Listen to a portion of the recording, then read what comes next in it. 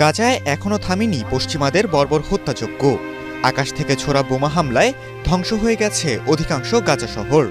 তবে এসবের প্রতিশোধ যেন এবার প্রকৃতি নিচ্ছে নিজের হাতে।